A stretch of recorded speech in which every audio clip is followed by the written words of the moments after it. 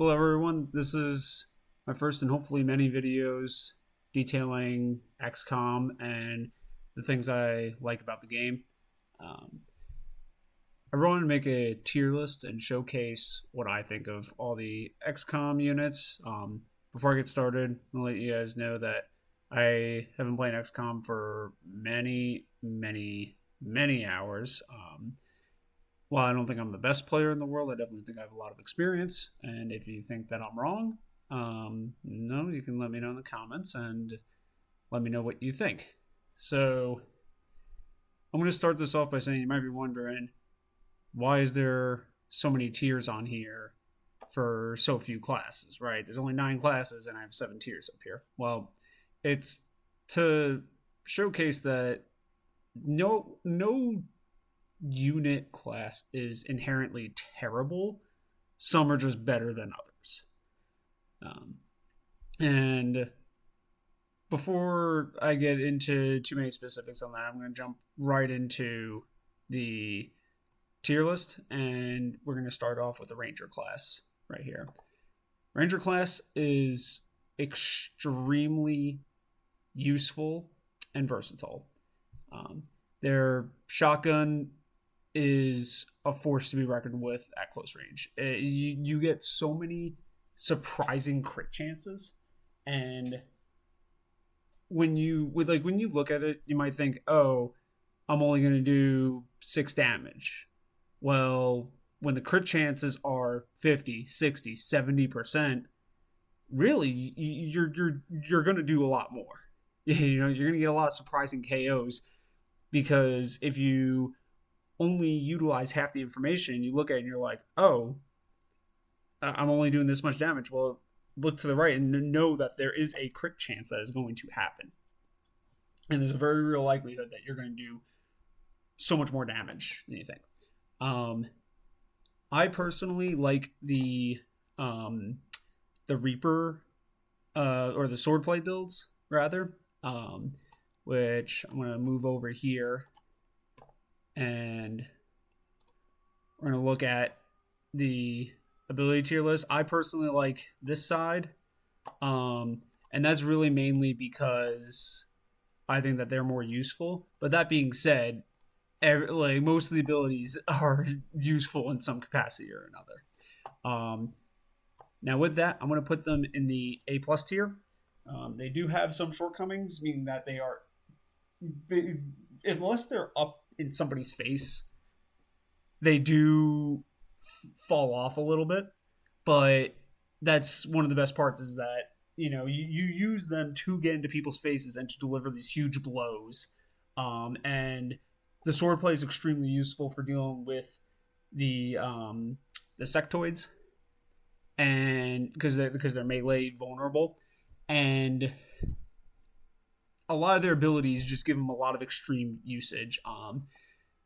And there's some that play into them going up and killing something up close, such as untouchable, such as running gun. You can utilize those to your advantage, and implaceable also you can utilize to go up, get a kill, and then retreat to a better position. So it's all in how you play and how to utilize their strengths. And that's true for all these classes, but the Ranger in particular. If you're inexperienced, be prepared to lose a couple of Rangers, just because you put them in terrible spots. But yeah, as you play more, you'll learn to utilize their strengths to just overwhelm the enemy with these huge hits. And so yeah, I really like Rangers. I love utilizing them, and I think that they're definitely an A+. Next is the sniper, the sharpshooter. The sharpshooter class is, I didn't play them correctly when I first played XCOM. And in particular XCOM 2. Because you look at some of their abilities, especially on the pistol side, and you're like, oh, they're you got to keep them up with their troops. And that is a way you can play them. You can play them with your pistol and utilizing all the extra shots from the pistol. But I personally, the more hours I played into it, the more I learned that the sniper has a better utility being on the rooftop from far away and just picking off units. Now, that being said, that is also my own personal play style. Because there is utility in using lightning hands and using quick draw and using fanfare. Those all have extreme use that you can, and face off too. Those all have extreme use that you can play with and definitely make a very fun experience. But I think that utilizing the sniper from far away is much better than being up in the front lines. And plus, when you're on high elevation, you get aim bonuses too, so you can offset the squad sight penalties utilizing that. Now, the snipers do have some problems, mainly that they're kind of like a support unit. I can go into a battlefield with 4 grenadiers or like 3 rangers or multiple psi operatives.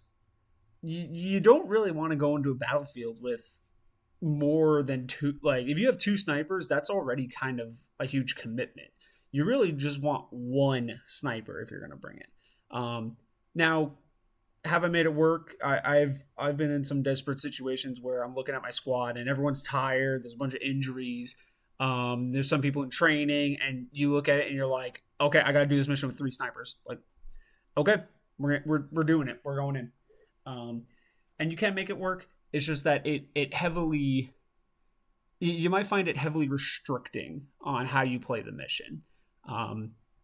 But that's, again, you play with what you got. That's what a lot of XCOM is, especially in the mid game. Is you get into situations and you're like, okay, this is what I got. I got to make it work. Now, overall, I do think the snipers are incredibly useful. Serial is one of my favorite abilities in the game. You can absolutely just decimate the battlefield using Serial, and as long as you're not really, as long as you don't miss, just get all the enemies within kill range and then just go bam, bam, bam, bam, and just line them up. And when you get the chosen sniper rifle, that makes it even deadlier. Obviously, you could do this with your own sniper rifles with free reload, extended mag, and you just do Serial, and you win on turn 1. So overall, though, I think the snipers have slightly less utility than the rangers. Whereas the rangers, I can sort of just slap on, like I said, I can slap on like 2 or 3 rangers, and I'd be like, okay, yeah, let's go. Whereas 3 snipers, I'd definitely be more cautious about. But that being said, they're still incredibly useful units. A tier, there's still solid units. That's what A tier is. It's very, very, very solid units. And they provide a huge role. And the other thing too is when they're in the back lines, you don't have to worry about them getting hit. They're pretty safe. So they're incredibly useful. You just have to, again, like with every class, you have to play to their strengths, but you have to remember what your sniper is good for. Do you want it sniping, or do you want him up in the front lines firing his pistol at everything? Where you're doing a lot of weak hits, which might be useful. There might be a lot of 1 HP units, and then you just fire your pistol 100 times. Or do you want the sniper delivering these big blows to pick off these units? So personally, I prefer the sniper role, but again, very, very, very solid unit. And now we're on to the specialist. I'm going to preface this and say that I think that they're probably the weakest unit in the game. Now, that's not to say that they don't have uses, but I think that the specialist is sort of caught in... They're sort of caught in this catch-22 where they want both of their abilities. I'm going to pull up the tech tree again for the specialist. And like when you play it, you want both combat and medical protocol. Like, those are huge upsides too, especially because you're going to get hit. You're going to take damage at some point. So you want to heal them up. But at the same time, combat protocol is so useful for just picking off units, especially in the early game where they survive on 2 HP. You send off combat protocol, you pick them off. You want Haywire for that option when you're battling robotic enemies to just shut them down. So that way you're dealing with one less enemy for at least a turn. But you also kind of want revival protocol. You also want field medic. Scanning protocol is also useful. Scouting is extremely useful. You kind of want all 4 of these as well. Depending on your I personally like covering fire more, but obviously threat assessment is also useful. Like you want both abilities, but you can only pick one. Now, granted, in War of the Chosen that was expanded so that way you can get both abilities, but it could be extremely annoying in the early game when you go into the battlefield and you're like, oh wait, I don't have combat protocol, or I don't have field medic or medical protocol. Like you can definitely feel like you're sort of having this this one slot syndrome. In Pokemon it's called 4 move slot syndrome. Well, I think specialists kind of have that in the game. The other thing too is that they're like with the sniper, right? You have this long range heavy shot. With the shotgun, you have this very powerful short range shot. When we get to the Grenadier, it's this you take down a lot of the heavy armor units. With the specialists, they just kind of have a rifle. Like, yeah, it's useful, but it doesn't specialize in anything. It doesn't really give them anything extra to go on.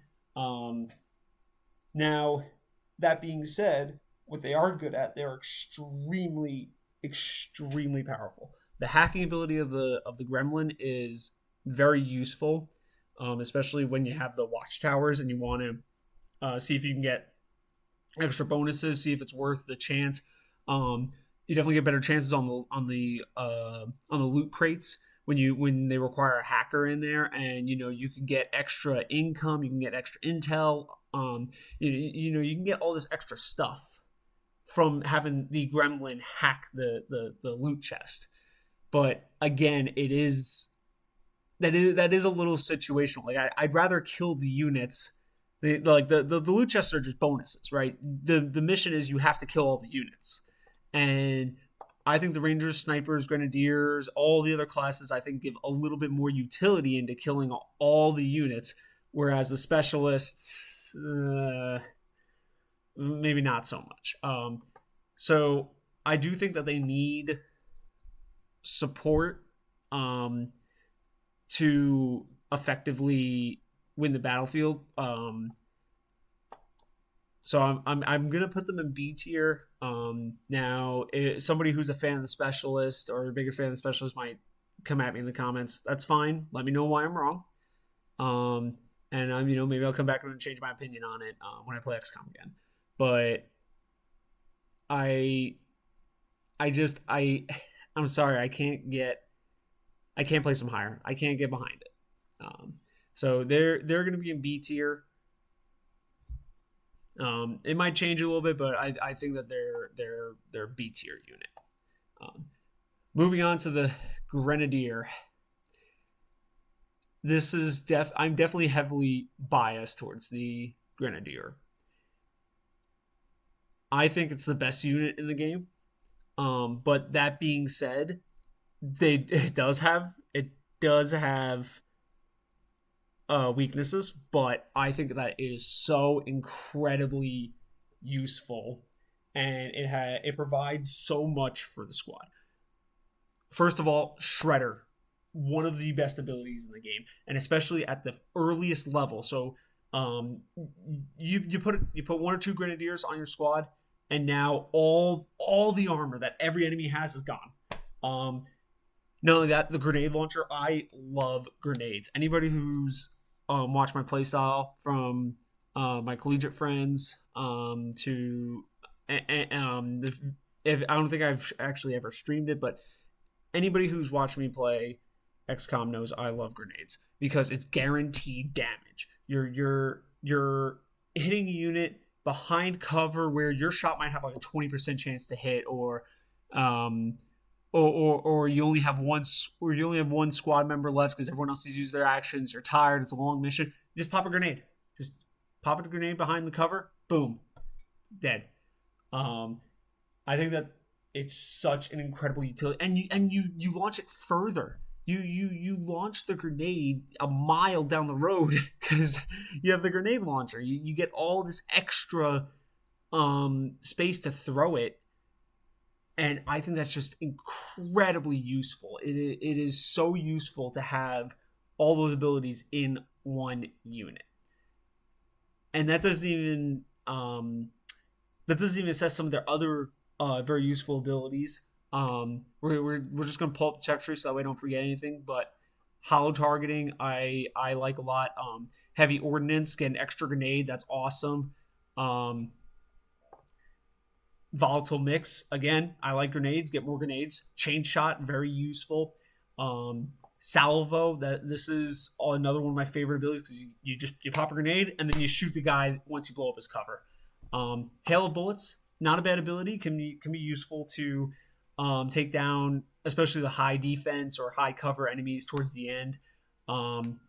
Rupture, definitely useful. Saturation fire, extremely useful. Highly recommend, if you've never used saturation fire, to on your next ability use saturation fire. I mean, what else can you say? What else is there? What else do you need on a unit? Now, like I said, I do think they have some drawbacks. Mainly, their sergeant abilities are not the best.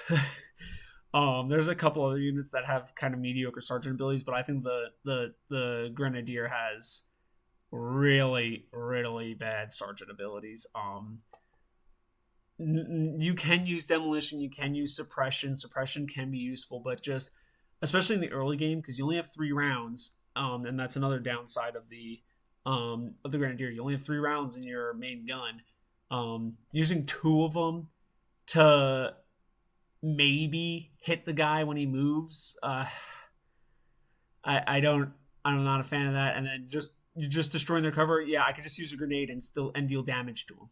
Like, I'd rather pop a grenade than destroy his cover and not even damage him.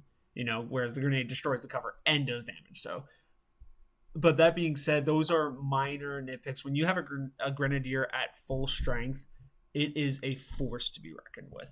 And that being said, is also the utility in it is extremely useful throughout the whole game. Do I think some units probably scale better than the grenadier? Like, might they be stronger later in the game? Absolutely. But I think that the grenadier is the most useful throughout the whole game. I could probably make a whole nother video ranking each one, early game, mid game, late game. I think that the grenadier is overall the best throughout the whole game. Even if there might not be the strongest overall, when everyone has all their abilities and they're just firing off and you're having one 2 turn missions. But I just think that they're so incredibly useful. They're a lot of fun. I love grenadiers, and I hope that anybody else watching this realizes how much fun they are. Okay, Psi Operative. This is a unit that I do wish I use more, because some of their abilities are just absurd. Domination is it's broken in the sense that you take an enemy, you take their strongest enemy, and now he's on your side. You can sacrifice it; it doesn't even matter. You have all these abilities that just hit through cover, soul fire, null lance, void rift. You just, that's all you got to pop off, and you just hit guys behind cover. They can be in training and go to the battlefield, so they're not just stuck in training for 10 years. So they are extremely useful. They do have a couple downsides, mainly that their gun is an assault rifle, so it doesn't have any huge specialties. ability, you are a little bit reliant on the abilities, but again, if they they come back at the end of every mission, so it doesn't really matter. Um, and the other thing is when they're training, anybody who's never used a cyber operative, they're different than from XCOM 1. When they're in training, it's randomized which ability they get. So the first like 3 times you go into training, you might get abilities that are kind of useless or not or I shouldn't say useless, but not as useful. You might get like, let's just say the first time you get a cyber, you get like fortress, um, maybe insanity. You get, let's just pull this up so I can remember like the less useful ones. Um, maybe you get soul steal or soulless, like you might, or stasis. Again, not useless, but not as useful. Like you want domination, you want void rift, you want no lance, you want some of those. So you might have to do like fortress at the beginning. You're like, oh great, like I can run through acid. Like how useful is that? But again, the abilities are useful. It's just that some are more useful than others. But their mental abilities cannot be underestimated. Now, I will put a little bit of personal bias in. Like I said, I don't use them as much. I do wish I used them a little bit more. Somebody in the comments would probably say how absurdly broken they are with the gameplay. I am going to put them behind the Ranger because they do have to spend a long time getting all their abilities in the training facility. They do well, first of all, you have to build it, and then you have to put the units in there. They can't become any other units. So if you're running low on Grenadier, Snipers, Rangers, Specialists, whatever, like they're no longer that. So they do lose like some of their special abilities, whereas in XCOM 1 they were a subclass. So again, not they're still one of the top units in the game. It's just that there's a lot to get it going. You have to build up the unit, but once it's there, it's extremely powerful. So again, when I play XCOM 2, I'll try to utilize them more, but that is sort of where they are at, in my opinion. Spark unit. So the Spark is, I think that early on the Spark is very strong. It's extremely powerful early game. And I think it kind of falls off a little bit in the late game. But that being said, they are so incredibly useful. The big thing for me when I first played with the Spark, I was put off a little bit by the fact that they can't utilize cover, so just kind of stand in the open. But one of the things I learned is that they kind of walk around with cover because they have defense. They have this huge defense stat, and so if you're walking around with plus 20 defense, you're essentially walking around with low cover the whole time. So you are utilizing cover. It's just that they can't utilize high cover, and they can't utilize all those other defensive bonuses that they might get from it. So the Spark is still an incredibly powerful unit. It is not to be underestimated on the battlefield. Overdrive is an absurd ability. Three shots. You could be in a position where you just go bam, bam, bam, and it's not like Serial where you have to level up. You have to go through the whole game until you finally get a kernel. No, Overdrive from the start. You can go bam, bam, bam, or you can move forward one and then you go bam, bam, bam, or excuse me, bam, bam. So you have a lot of usefulness from the Spark. Now that being said, with these units, because these are the base units from XCOM 2, and then these are the DLC that came out later. With these units, you have to upgrade their gear separately, whereas these guys, it's like, oh, one armor upgrade for everybody. The specialist uses a rifle. Well, the Ranger also uses the rifle, and obviously the PsyOp uses the rifle. So you can upgrade. You spend one upgrade on the rifle, and you get 3 upgraded rifles. When you go from standard to mag to plasma. Whereas with these units, and I'm really just saying this because the Spark came in first, you have to spend additional funds upgrading the Spark because you have to upgrade the Spark cannon and the Spark armor. So it is something that is a little bit extra. It's a little bit it slows you down a little bit because you're trying to upgrade the whole squad. But again, the Spark cannot be underestimated. It is extremely useful. Later on, you're able to redirect shots to you, and you can use it to hit the enemy.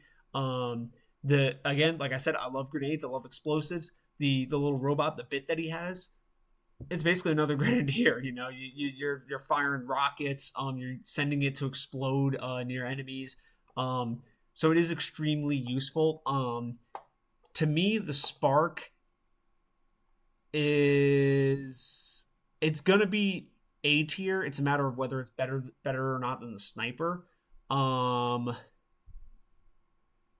think that if only because I could utilize more Sparks than Snipers on the battlefield, I will give the Sparks a slight edge. But these two are basically interchangeable, honestly. Like, if you told me you think Snipers are better than Sparks or you think Sparks are better than Snipers, like, I wouldn't have a problem with it. I think that they're extremely close, extremely useful. They both have their strengths, again, but the Spark fights in the front lines, the Sniper obviously fights in the back lines, but they both provide incredible utility. Another small knock on the Spark is that you might find that enemies are shooting at it more, and you might not destroy. They might not get destroyed, but you might find more enemies are shooting because you can't utilize extra cover to get on top of it. It sort of has to be out in front. But again, I think the pros well outweigh the cons for any unit on the battlefield. So I think that the Spark is just slightly better than the Sniper, but they're both in the same tier. So I'm going to do these guys not in this exact order. I'm actually going to start with the Reaper first. S tier. And you might be looking at this. For somebody who's inexperienced, you might be looking at it, you might be saying, why? Their attacks are weaker. They're not really strong fighters. Why is the Reaper so good? The Reaper single-handedly outclasses and kind of makes the Scout and Phantom build of the Ranger obsolete. The Reaper alone is the best Scout in the game. When you do the extraction missions for like your captured soldiers, the Reaper is one of, if not, actually, excuse me, it is the best unit to bring on it. That hands down. The Reaper is so useful. It is honestly kind of silly when all the enemies have one tile range or one tile vision. The Ranger just scouts everything, and you find your buddy that you gotta rescue. The Reaper is just, it's the best scout in the game, hands down. The Reaper is able to utilize your vision, and yes, you'll be fighting man down. But as you progress in the game and you get squad size 2, so now you have 5 units that fight and 1 guy that scouts, the Reaper gets all the intel. And not only that, but it's not a useless scout either. Remote start. Like, anybody walks near a car, boom, hit them with remote start, they're dead.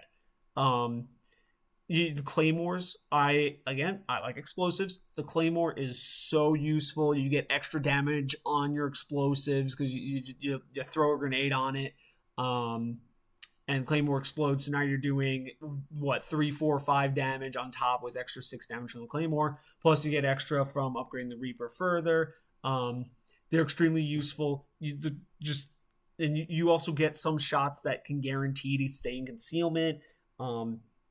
I love the Reapers. You're getting all that extra information that you need to play XCOM. You're getting from the Reaper. The Reaper is just, it's what it does is so useful to the game. And sure, if you're playing early on or you're playing with restrictions where I'm only going to do this with 4 squad, I'm going to do the whole game with only 4 squad members.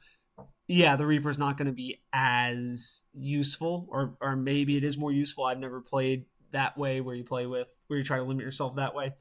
Um, but the Reaper is just it's so good. I love utilizing the Reaper's abilities to just completely gain all the information that you need. Um, the one of the big things in the game is you're on a mission, and some of your soldiers have taken some hits, and you're trying to find the last like the last pod somewhere, and you're like, where the heck is it? And you don't want to be out of position. You don't want to move your soldiers too far, because if you expose the pod, they move into position. Now you're down a soldier. The Reaper just takes care of that. Reaper finds it so that way you can get in position and just ambush them. Like, so the Reaper is so it's so good. I cannot express further just how absurdly good they are. I mean, I like them. Like I love them. There's no other way to put it. I absolutely love utilizing Reapers on my team. That being said, I will also add a caveat that you really only want one Reaper. Obviously, if you have two on your squad that are just absurd levels, then yeah, you can just plant claymores everywhere. But I think you only want one on your squad, and then you utilize the other 5 soldiers on your squad to create the sort of death ball, using the information that you have from the Reaper. Other thing Reaper is really, really useful for is the ambushes, where they attack like the XCOM settlements. Utilize the Reaper, find all the enemies. Because remember, you don't have concealment for that mission, so you can utilize the Reaper to just basically sneak up. You're like, oh hey, here's the enemies, here's the enemies right here, and you just utilize the Reaper to get the upper hand. Again, extremely useful. Highly, highly, highly recommend that any new player who's sort of struggling with the game, utilize the Reaper, get the information, set up your ambush. Next, I'm going to do the skirmishers. I think that they're the worst of the 3, and I'm going to put them in B plus tier. I think that they provide just a little bit more utility than the specialists, but honestly, if you told me that you think specialists are better than skirmishers, I wouldn't be I wouldn't disagree with you necessarily. I wouldn't say that you have a wrong opinion. They let's go over their pros first. Shooting twice in one turn, extremely useful. They have the utility of the grapple hook, which I sort of recently learned how to utilize further, where you use it to move extra space. Now, that is environment dependent, which can be a problem. Sometimes the environment might not allow you to utilize the hook to its fullest ability going forward and being in a good position to fire twice, because you got to be kind of behind some cover. You got to be behind some high cover, but you can utilize it to get into a really good position, or a good elevation position, so that way you're getting all these bonuses on your aim. So extremely useful, that method. They do have melee options that are very useful. The ripjack, where you can pull the enemy towards you, is extremely useful. I forget what the other one is named, but there's another ability where you go towards the enemy and then slash them. I don't think that's as useful. I'd rather pull the enemy towards me. Where are their abilities? Yeah, I'd rather use where is it? I'd rather use Justice than Wrath. Because I'd rather have the guy come to me than to go to him, because then you're behind enemy lines and now you got to rescue your skirmisher. So I'd rather utilize Justice than Wrath. But they do have a lot of ways to do 2 sets of damage each turn, which is awesome. I like that. And especially early on. I do think that towards the end of the game, the skirmisher isn't as useful because they they they they don't have a shotgun, but their bullpup is kind of shotgun like, where in the sense that it wants to be a close range weapon, but if I'm utilizing a close range weapon, I'd rather use the shotgun because you get all these extra crit chances. You get more base damage. You also have all the ranger abilities, whereas the skirmisher doesn't. And not only that, but early on, your soldier aim isn't that great, so you're getting two shots, but it's sort of like, oh great, you're getting two 50-50 shots, like, whereas you kind of want to reposition anyway, and then when you use the turn to move to reposition, you're not shooting, you're not gaining that extra shot. So early on, it seems like, oh, two shots, okay, cool, I get to shoot twice in one turn. Well, not really. It's not always that way in practice. Now that being said, hey, you can use my favorite class, the Grenadier, pop a grenade, and then you have two shots against an enemy with no cover. So again, it's how you use it. I just think that their power is a lot less than what it could be. So unfortunately, I do think that they're probably here. They might honestly, these two could swap, and I wouldn't complain. But I do think the skirmisher is probably the worst of the chosen expansion classes. Okay, now we got the Templars. For the Templars, the Templars. When I first saw them, I was like, "Oh, why would I use them over the Ranger? Like, I already have a sword ability." But they actually gain a lot of useful abilities from killing the enemies. They're sort of like Psi Operative Light, in a way. I'm going to tell you right off the bat, I'd rather use a Psi Operative than a Templar. But the Templar does have utility early game, whereas the Psi Operative doesn't always have utility. Utilizing the swords, you can go up, hit the enemy, and then you have the option to retreat. Depending on where you're at, you have parry, which for those of you who don't know, you can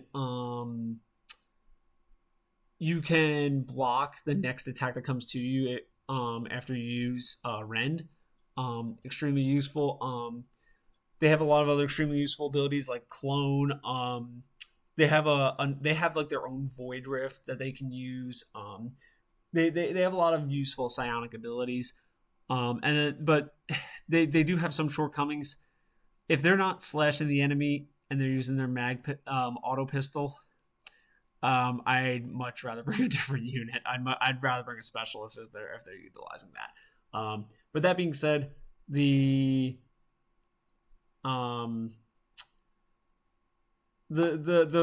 Templar is still an extremely powerful unit. Or I shouldn't say powerful. Maybe versatile is a better word. They're going to go in A tier. And now that I'm talking about it more, one of the things I'm going to say is I'm actually going to switch these two, and I'm going to say that this is the order that I actually have them in. Originally, I was going to have the specialist in B tier, but I think I sort of talked myself into the skirmisher actually being the worst unit in the game.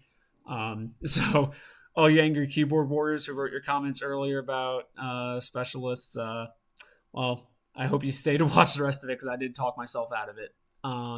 So, the Templar has those shortcomings for it where if you're not slashing an enemy, then you're sort of not in position to use it. I'd rather have the Grenadier, I'd rather have the Ranger, I'd rather have a Sniper, I'd rather have a Specialist, I'd rather have a Skirmisher even, than to use the auto pistol, because it really just is a pistol. Like that's all it is. It sounds like it's cooler, but no. So they have a lot of really, really good utility. Getting that extra sword user can be extremely helpful with the ability to automatically move right there.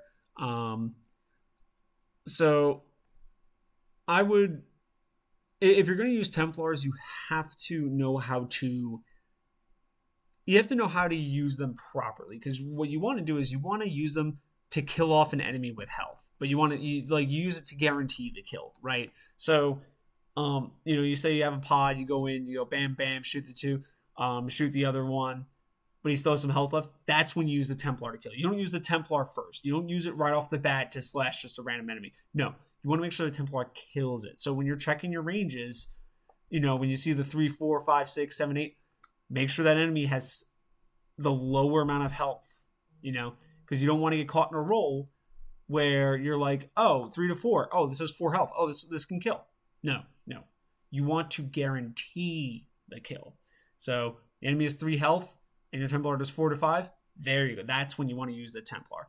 Now, ideally, you'd want to hit 4 health so that way you're getting the most out of the damage. But again, it doesn't matter. You want to kill it so that way you get the extra focus, so that way it powers up the Templar attacks, and then you retreat or you parry, because if he's up front and there's only one enemy left, probably going to shoot him, and then he just blocks it. So because the enemy thinks like, oh, this is the exposed enemy, I'm just going to shoot him, and then he blocks it. So again, that's how you want to use the Templars. Extremely useful, extremely useful in that sense. But their power level does kind of plateau. Kind of goes like it goes up and then just kind of stops. Whereas the Ranger, Sniper, all the way up, Grenadier up. Those units get much more powerful as they go on. Whereas the Templar just kind of plateaus. But if you do one thing, pretty good, why change it, right? So, again, you want to utilize them smartly. You don't just throw them into the front lines and go bam, and then just hope they don't hit. No. You attack and then you retreat. You attack, you parry, you weaken, and then you go up, attack, and you got one enemy left, just block, because they're probably gonna target him. So this is my thought process, and again, I included the C and D tier because I wanted to make a point that no unit is that bad. If I get rid of these two, you might think like, oh, special or the skirmisher, the special. Why would I use this? No, there's no unit that is that bad. All units have utility. It's just that these guys have much more utility than these guys. So let me know what you think. Do you agree? Do you disagree? Do you think I'm full of hot air? Whatever you think, let me know. But I think that this is a very good tier list, and I'll go more in depth in later videos about what's so good about the Grenadier, what's so good about the Reaper, even what's so good about the Specialist, what's so good about the Skirmisher, and go in depth of what I like about each class, what I don't like about each class. But this is what, as an overview, this is what I think of every class. Again, want it to be known, these two are extremely close. Whereas the distance between the Spark and the Sniper is closer than the distance between the Sniper and the Templar. And again, same thing with like even these guys too. Like I just think the Rangers are more useful because you can use them more often in the game than the Psi Operative. So again, let me know what you think.